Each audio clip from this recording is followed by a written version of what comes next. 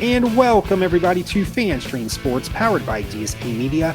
This is the Fighting Irish Daily Blitz, and I'm your host, Rob Fidoff, also known as RPT. You can find me on X at PFidoff. This is episode 111 of the Fighting Irish Daily Blitz. This will be the Pitt preview. But first things first, head over to our website at fanstreamsports.com for all additional podcast information. If you have an Apple device or an Android device, please feel free to download the FanStream Sports app. Then head over to our Facebook page. Like that page, additional content out there as well. Please feel free to share that with your friends and family. Notre Dame is coming off a bye week, so obviously we did not play last week, coming at 6-2, currently ranked 14th. Pitt is coming off a heartbreaking loss at Wake Forest, where they lose with about 7 seconds left to play. Let's put it bluntly, they blew that game. They should be coming in at 2-5. They're not. Or no, 3-4, I should say. They're coming in at 2-5. So coulda, shoulda, woulda. Just some basics about this game. This is a home game for Notre Dame at Notre Dame Stadium. So this will be on NBC, be at 3:30 p.m. Eastern Standard Time. And just to give you an idea of how Pitt's season is going, which is not too well, they do have some common opponents that we play because Notre Dame, with that ACC tie-in with all this, we play ACC all other sports except for football, which we're independent, and then hockey, we're in the Big Ten. But since we have that ACC affiliation, we have to play at least 5 ACC opponents during the football season. And obviously, Pitt is one of them this year. But they got off to a good start against Wofford. They won 45-7, but then they go on this losing streak. They lose to Cincinnati 27-21, West Virginia 17-6, North Carolina 41-24, Virginia Tech 38-21, so losing by at least 2 touchdowns, if not more. And then they lost to Wake Forest this past weekend, 21-17. But the week before that, common opponent, they play Louisville at Heinz Field, now Acrisure Stadium, because they share the facilities with the Steelers. They beat Louisville 38-21.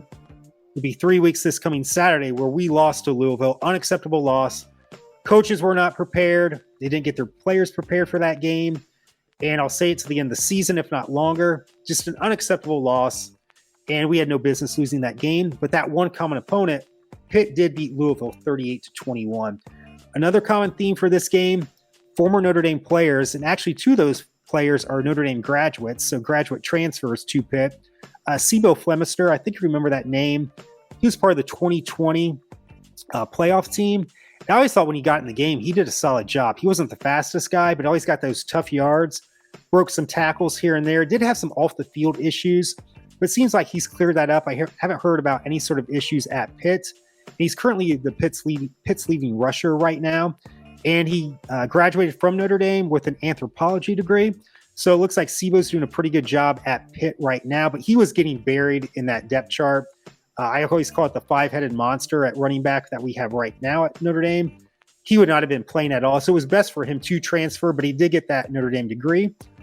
Shane Simon, kind of compare him to, even though he wasn't as talented as Maris Leofau, I know I always get on Maris Leofau's case, but it is what it is. Just seeing when he would get in the game, you look at the stat sheet, and I know stats aren't the entire part of the game. There's a lot of intangibles as well. But I didn't even see that with Shane Simon. Get in the game, 0 tackles. It just seems like he got lost in the weeds at Notre Dame, but he did graduate from Notre Dame as well. And he's doing a solid job at Pitt. I'll get into his stats a little bit later, but he did graduate with a business degree, and now he's getting his MBA at Pitt.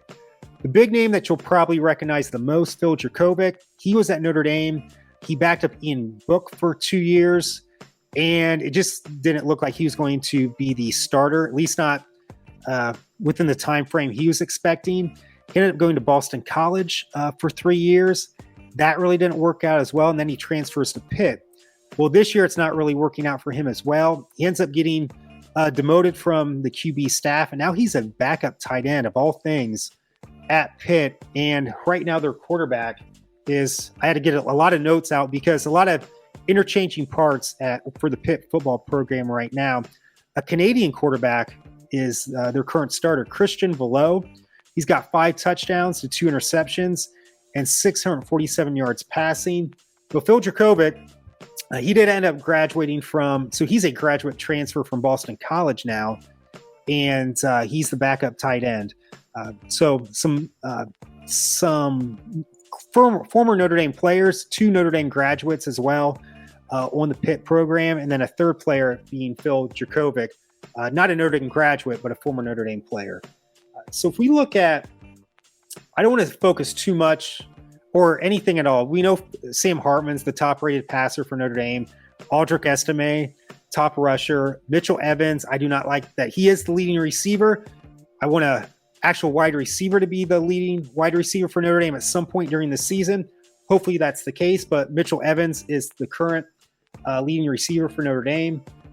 But because Phil Dracovic was demoted as the starting quarterback and then as a backup tight end, he still leads in those passing categories because Christian Velo has only played in about 3 games, I believe, for Pittsburgh. So Phil Dracovic, he had 818 yards passing, 6 TDs to 3 interceptions. Sibo Flemister, the former Notre Dame running back, 68 carries, 282 yards for 2 touchdowns. And I can never get this name right, so I want to make sure. Kanata Mumfield is their leading receiver. 30 receptions, 347 yards for 3 TDs, and very similar to our leading receiver, who's a tight end, in Mitchell Evans. Pitt is not the greatest offensively. If I look at part of my notes here, I wanted to make sure I had mentioned this. The Panthers ranked 19th worst in total yards per game offensively, 320 yards per game, but they've been better on the defensive side. That's always the case with Pitt, even when they don't have great teams like this year. Defensively, they're always going to be pretty solid. They rank 26th in the FBS rankings, and they're giving up 325 yards per game. 195 is passing, and then 127 yards on the ground. As I said earlier, former Notre Dame player Shane Simon, Notre Dame graduate as well. He's having a solid season at linebacker, 25 tackles, 4 tackles for loss, and 3 sacks. But even though this is a game we should win, and I am picking Notre Dame to win this game, it's coming off a bye. They've never put back, like last year, they had an awful loss to Stanford. They kind of had a so-so game against UNLV the next week. But then I will give this to Marcus Freeman. After that disappointing loss to Stanford and a disappointing performance against UNLV, even though they won that game, they annihilated Clemson the next week. And they had a bad loss against USC last year, but then they come back in the Gator Bowl and they beat a decent South Carolina team. This year, awful loss to Louisville. They come back and annihilate USC. We're finding out, though, and I said this when we beat USC, I don't think we should have been rushing the field for a game we were favored by 2.5 points. And USC, great offense. But I forgot to mention this, too. The weather that game was about 60, 65 degrees. And for us in the Midwest, we may be in a hoodie, even shorts that game. They acted like the abominable snowman was coming to get them. Face coverings, hats. And I just knew they didn't want to be there. And we're finding out, too, that's more of a finesse team. They're not in the trenches type of team, a physically tough type of team. And Utah beat them again this weekend. And even though I do not like, I understand, even though that's our rival, but I always like the teams that we play to keep winning because that makes us look better. Well, them losing to Utah, and I still think they have to go to Oregon. Then they have Washington. You're looking at this USC team that maybe finishes 7-5. So is this really a big win? But I will say, though, they shut down that offense. They won. They dominated that game 48-20. At least Utah we can say Utah really didn't shut down USC. But the problem was USC just couldn't stop Utah. And that's the thing I want with this bye right now.